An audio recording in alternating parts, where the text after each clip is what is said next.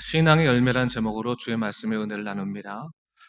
오늘 본문의 말씀은 우리가 고난주간이라고 부르는 예수님의 마지막 일주일 중에서 월요일과 화요일에 있었던 사건을 다루고 있습니다.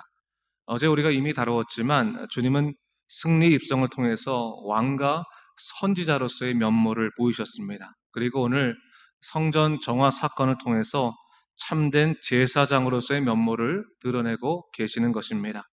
바로 참된 예배가 드려져야 될 성전에서 하나님의 제물이 매매되는 것을 보시고 주님은 거룩한 분노를 발하신 것입니다.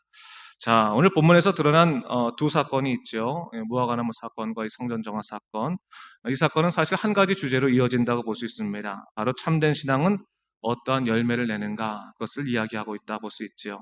아무리 입술로 신앙이 좋다 한다 할지라도 하나님의 예배를 더럽히고 그 삶에서 바른 열매를 내지 못한다면 결코 바른 신앙이다 말할 수 없다라는 것을 주님께서 이야기하시는 것입니다. 그렇다면 하나하나 살펴볼 텐데 우선적으로 주님께서 행하신 성전 정화에 대해서 한번 살펴볼까요?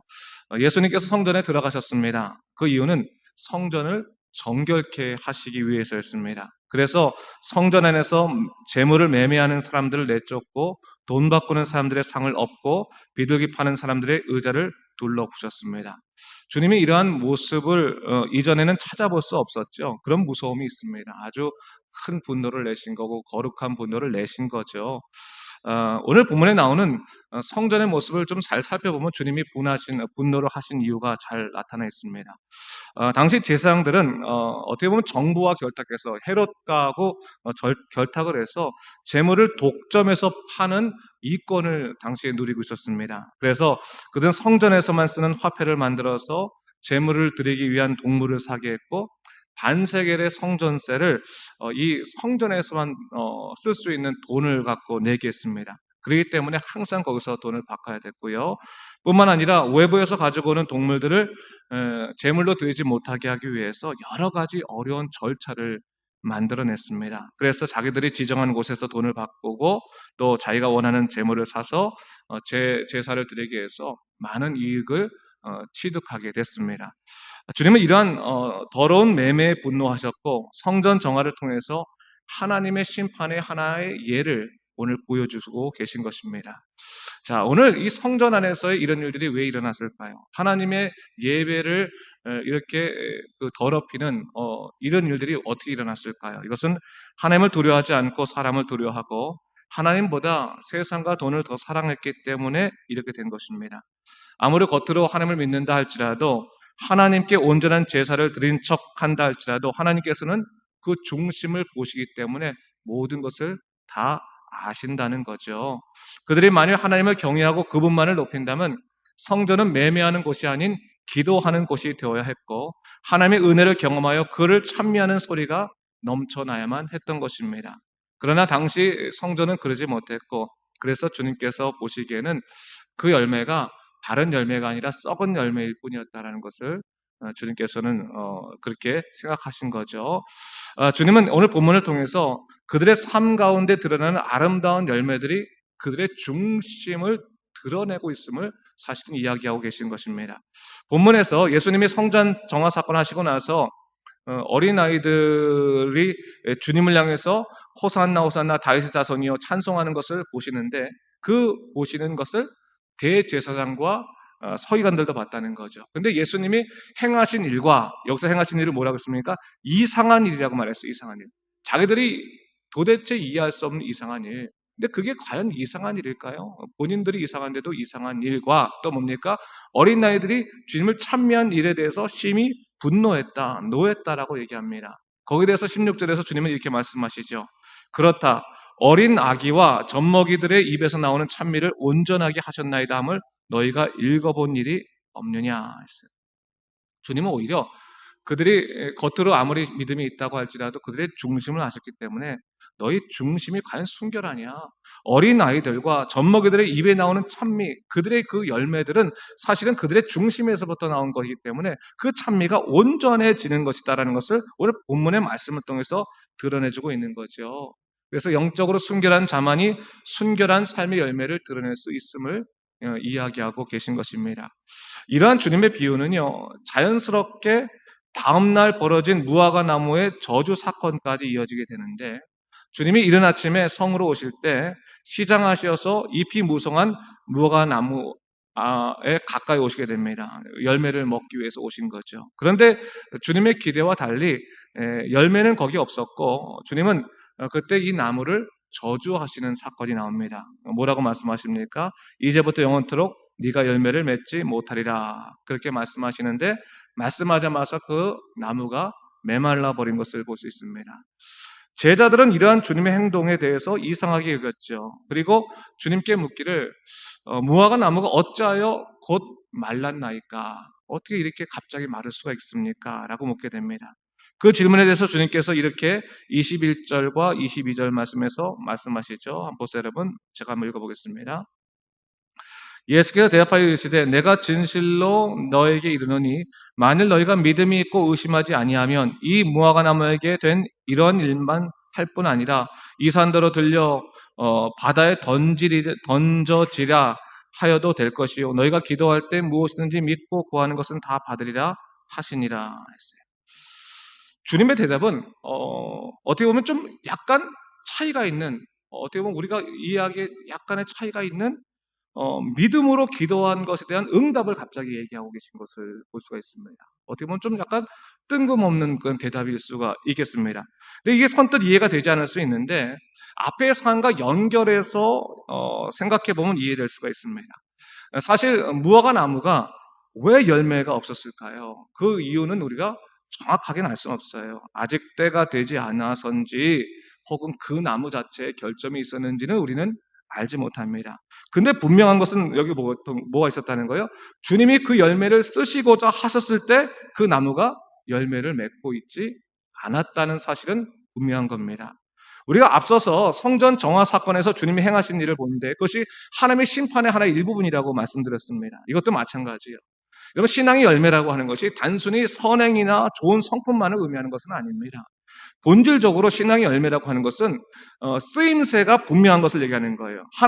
하나님 나라를 위해서 분명히 쓰임새가 있는 것이 바로 신앙의 열매라고 하는 거예요. 하나님 앞에 쓰임을 받는 그런 삶이라고 하는 것이죠.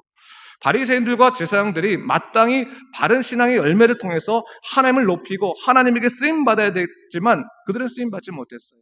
자기만을 위하다가, 자기에게 집중하다가 결국 주님께 쓰임받지 못하니까 주님께 뭐예요? 책망받는 사람이 되고 그 분노를 듣는 사람이 되지 않았습니까?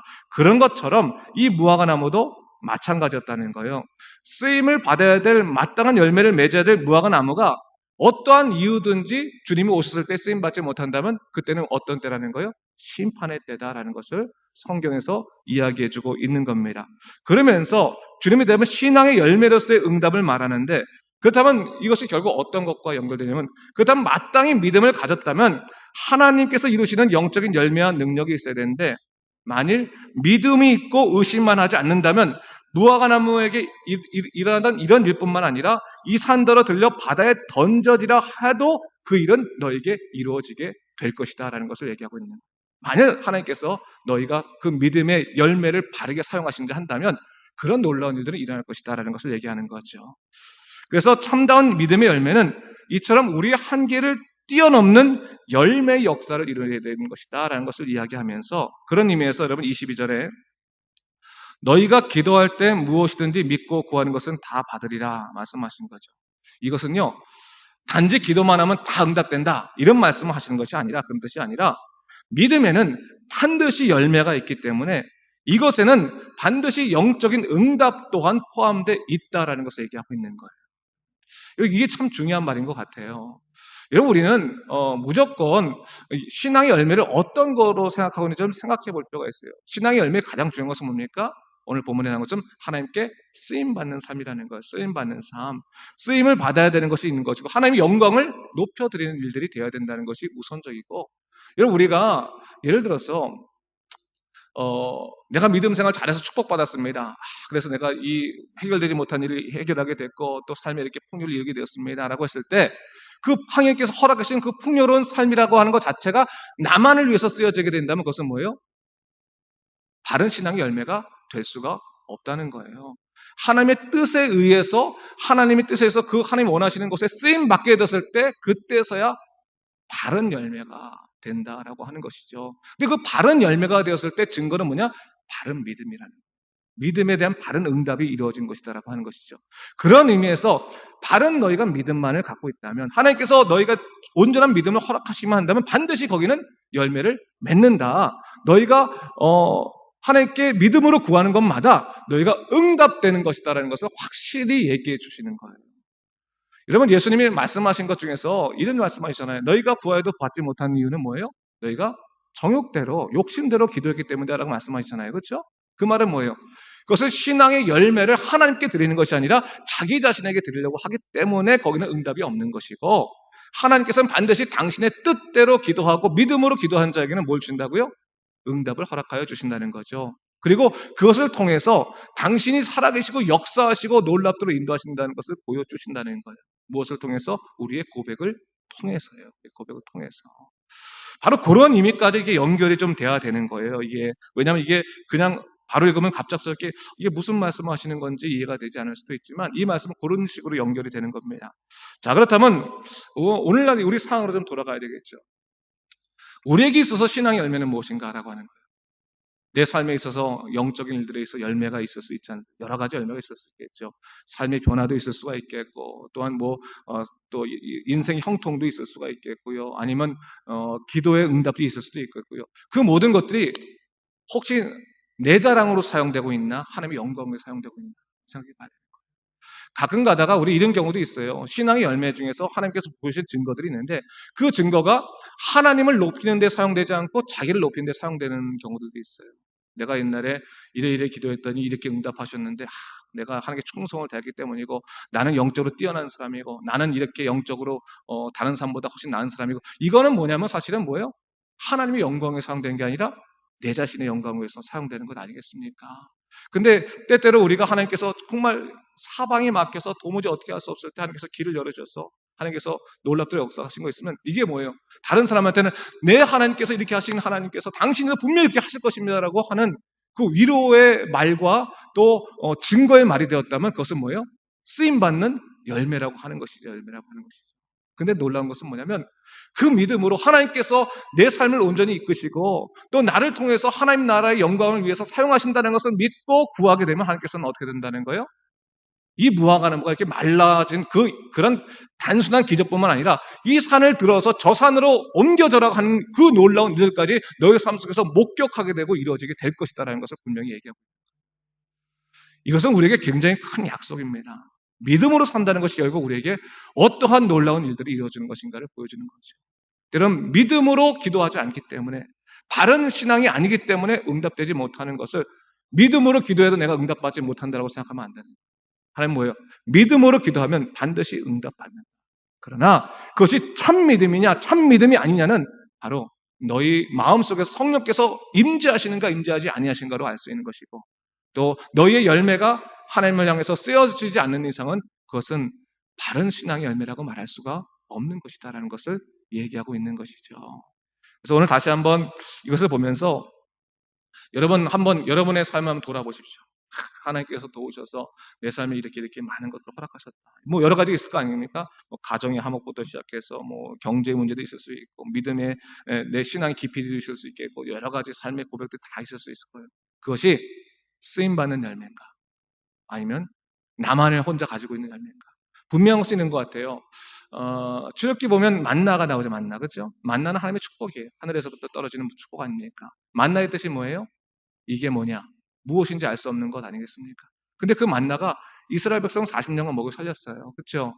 근데 누구든지 그 만나를 하나님의 영광에서 하고 감사의 고백으로 끝났으면 되는데, 믿지 못해서 어떻게 합니까? 그것을 보관한 자들은 뭐예요? 반드시 그 만나가 벌레가 먹어서 썩어서 없어졌어요.